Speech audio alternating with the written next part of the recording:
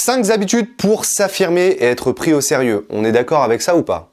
Quand tu as des habitudes pourries, tous les jours, ton état d'esprit n'est pas le bon. C'est-à-dire qu'en gros, tu ne muscles pas ton état d'esprit de la bonne manière et du coup, tes habitudes vont forger un état d'esprit particulier, une personnalité particulière et ça va tout simplement être mauvais pour tes conversations, pour tes relations avec les autres et surtout la relation que tu as avec toi-même. Donc je me suis dit pourquoi pas réaliser plusieurs vidéos dans lesquelles je te donnerai des habitudes très simples. Tu vas voir, c'est très con à mettre en place, mais c'est très puissant parce que si tu as ces habitudes-là, à chaque fois que tu communiques avec quelqu'un, forcément qu'au bout d'un moment, tu vas forger vraiment, tu vas muscler ton état d'esprit et ça va te permettre de percevoir les conversations avec les autres de manière complètement différente. Donc je pense que je ferai des séries de vidéos comme ça pour la séduction, pour le charisme, pour par exemple être plus drôle au quotidien, bref, des habitudes qui vont te permettre de forger un bon état d'esprit dans une situation donnée. Et aujourd'hui, je voudrais te parler de ça. 5 habitudes pour s'affirmer et être pris au sérieux dans tes conversations. On commence avec l'habitude numéro 1 pour ne plus s'énerver face à quelqu'un. Un truc très simple que tu peux mettre en place. Si quelqu'un te dit par exemple « Hey, ce que tu dis c'est vraiment de la merde. Sorry », soit tu t'énerves, soit tu utilises cette stratégie qui est tout simplement de distancer les opinions d'autrui de qui tu es. Comment ça, c'est de la merde ce que je viens de dire? Ok. Souvent, les gens vont avoir tendance à s'énerver parce qu'ils considèrent que c'est une attaque personnelle. C'est une attaque qui est liée à mon identité. Comment ça? Tu dis que c'est de la merde ce que j'ai dit, donc ça veut dire que moi, je suis une merde. C'est exactement pour ça qu'on s'énerve, parce que c'est une question d'ego. Une astuce très simple, une habitude très simple à mettre en place, c'est de distancer les opinions de ton identité. Quand quelqu'un te dit que ce que tu dis est de la merde, qu'est-ce que c'est finalement? C'est juste une opinion. Elle a l'opinion que ce que tu dis est de la merde. Mais ça ne remet en aucune cause ton identité, qui tu es. On est d'accord avec ça? C'est-à-dire que ce que je dis est de la merde, mais ce que je dis n'est pas qui je suis. C'est juste ton opinion à toi. En gros, je te laisse ton opinion, ok, tu en fais ce que tu veux, mais ça ne remet pas en cause mon identité, ma personnalité. Donc, cette habitude est très importante. À chaque fois que quelqu'un te fait une remarque déplacée, violente, dis-toi bien que c'est juste une remarque. C'est juste un avis qu'il a et ça ne remet jamais en considération qui tu es. Toi, tu sais qui tu es. L'opinion d'autrui n'est juste qu'un avis extérieur, c'est juste quelque chose que tu observes. Ah ok, il pense ça. Comme si tu regardais un film au cinéma. C'est juste un avis finalement, c'est juste quelque chose qui ne représente pas la réalité. C'est un écran avec des images, mais ça ne représente pas la réalité. Je peux décider que c'est un impact sur moi ou pas. Quand tu te dis que c'est juste des acteurs, que c'est juste un jeu de comédien, ça distance tout de suite par rapport à ce qui se passe. C'est exactement ce que je fais d'ailleurs quand je vois un film d'horreur, je me dis « Oh là là, non mais c'est juste des acteurs, tout va bien ». Ça te permet de te distancer émotionnellement de ce qui se passe et tu gères du coup beaucoup mieux ce que tu vois en face de toi. Et du coup les opinions, tu peux réagir de cette manière, c'est-à-dire que c'est juste quelque chose que j'observe et ça ne remet en aucune considération qui je suis. Donc ça c'est l'habitude numéro 1. Habitude numéro 2, face à une remarque déplacée. Ça peut aller plus loin. C'est-à-dire que là, l'idée, c'est de clarifier. Souvent, les gens qui n'arrivent pas à s'affirmer ne demandent pas aux gens en face d'eux de clarifier les choses. C'est-à-dire qu'ils vont subir l'attaque personnelle, mais ils vont soit avoir ce comportement passif, c'est-à-dire s'enfoncer comme ça dans leur siège en mode « Ouais, c'est vrai, peut-être qu'il a raison finalement ». En gros, c'est comme si tu faisais comprendre à l'autre « Ouais, je suis d'accord avec toi, je suis en mode passif, donc j'accepte que tu m'écrases ». T'as les passifs agressifs qui vont être en mode « J'accumule, tu me fais des remarques, et d'un coup, j'explose ». « Quoi? Qu'est-ce que tu dis? Je commence à en avoir marre, putain, ça fait 3 fois que tu me le dis ». Passif-agressif. Ou alors les agressifs, ils rentrent dans l'art direct. Quoi, qu'est-ce que tu viens de dire? Qu'est-ce que tu viens de dire? Bref, tu t'embrouilles avec l'autre et c'est pas la bonne solution. Ce que tu peux faire, c'est de clarifier, tout en restant calme, ok? Je ne m'énerve pas. Qu'est-ce que tu veux dire par là quand tu dis que ce que je dis, par exemple, c'est de la merde? Explique-moi exactement pourquoi. Soit la personne va se dire, ok, ouf, elle pose ses ovaires ou ses coucougnettes sur la table, respect. Ou alors, si c'est une remarque qui est déplacée et qu'il y a une intention négative de sa part, elle va se dire, ok, bon bah je suis démasqué, donc je vais bafouiller, je vais pas être bien. Donc, tu as ces deux aspects en fait. Soit la personne se dit, waouh, putain, respect, elle pose ses ovaires sur la table, donc je vais dire ce que je pense. Ou alors elle se dit, putain, j'avais une intention négative, donc là je vais passer pour un con. Dans les deux cas, c'est une très bonne manière. Donc c'est pour ça que c'est important de clarifier. De demander à la personne surtout de clarifier ses propos. Habitude numéro 3, discours plus solide. Comment avoir un discours beaucoup plus solide? Il y a un truc qui est très important, c'est d'analyser tes mots. Quels mots tu vas employer quand tu communiques avec quelqu'un?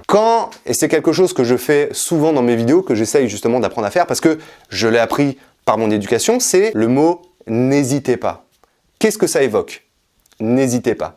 Le cerveau ne comprend pas la négation. C'est-à-dire que quand tu dis à quelqu'un « n'hésitez pas », pas de souci.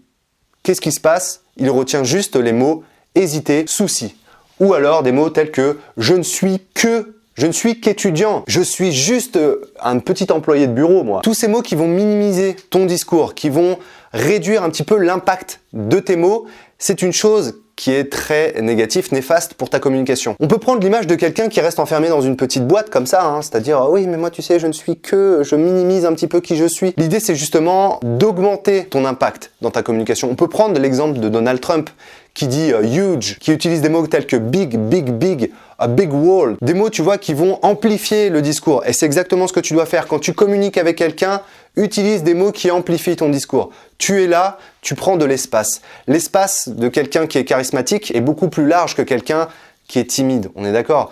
Et ça passe notamment par la conversation et donc par les mots que tu emploies. Est-ce que tu prends de la place avec les mots que tu emploies? Ou au contraire, tu t'écrases face aux autres? Donc, analyse ton discours, discute avec quelqu'un, par téléphone par exemple. Ça peut être intéressant que tu t'enregistres et que tu te dises « Ouais, tiens, j'ai eu un appel avec quelqu'un, je vais m'enregistrer, je vais écouter. » Au contraire, justement, si j'emploie des mots qui minimisent l'impact de ma conversation, de ma communication. Donc ça, c'est l'habitude numéro 3. Numéro 4, face à une personne arrogante. Il y a un truc qui est très important et qui n'est pas négociable.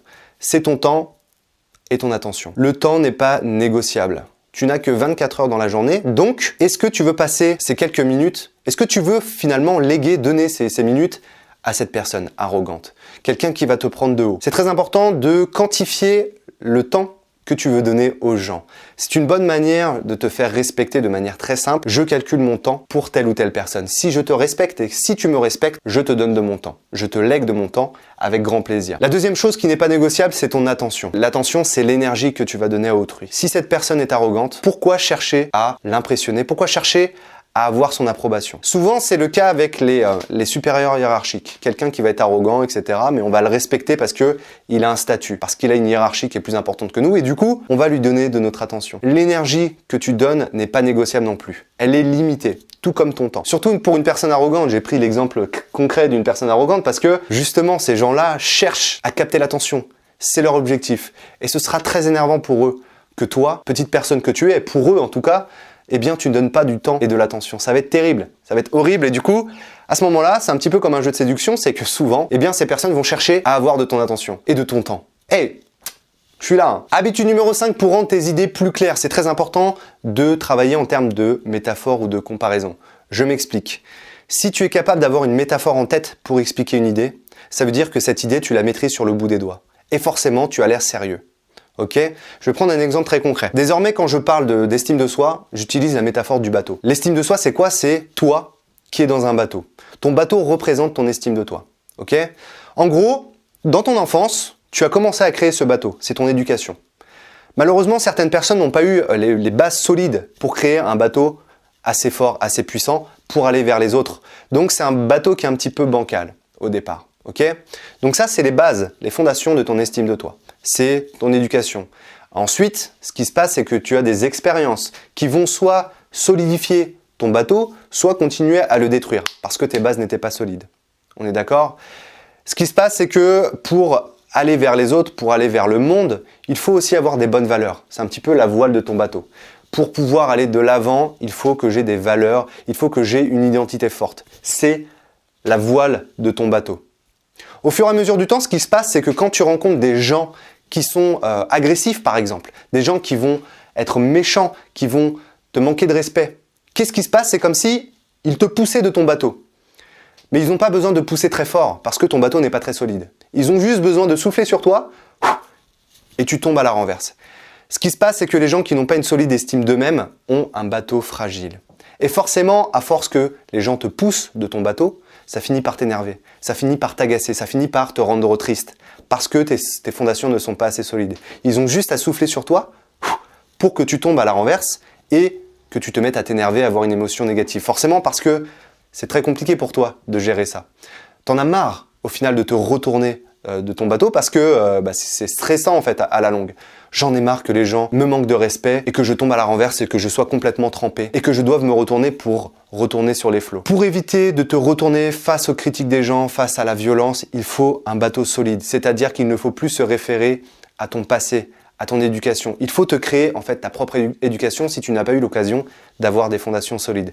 Et pour ça, il faut comprendre son bateau. Il faut comprendre comment il fonctionne. Il faut utiliser les couleurs que tu souhaites, que tu aimes, l'amour de soi, d'un bateau qui te conviendra parfaitement. Il faut construire une solide image de soi, donc un bateau qui sera capable de faire face aux remarques des autres. Et enfin, un bateau qui aura une voile assez solide pour naviguer avec confiance. Donc tu vois, c'est une métaphore qui est très simple, qui permet de comprendre une idée qui est un peu plus complexe. Donc pour résumer ce 5e point, il faut absolument que tu travailles en termes de comparaison, en termes de métaphore pour que tes idées soient claires et perçues de manière pertinente aux yeux des autres et donc que tu sois pris au sérieux. J'espère que cette vidéo t'a plu. Laisse un petit commentaire si jamais tu veux que je fasse d'autres parties sur les habitudes. On se dit à très bientôt et... Ah oui, je te laisse un lien vers ma future formation sur l'affirmation de soi, sur le charisme qui va sortir très prochainement.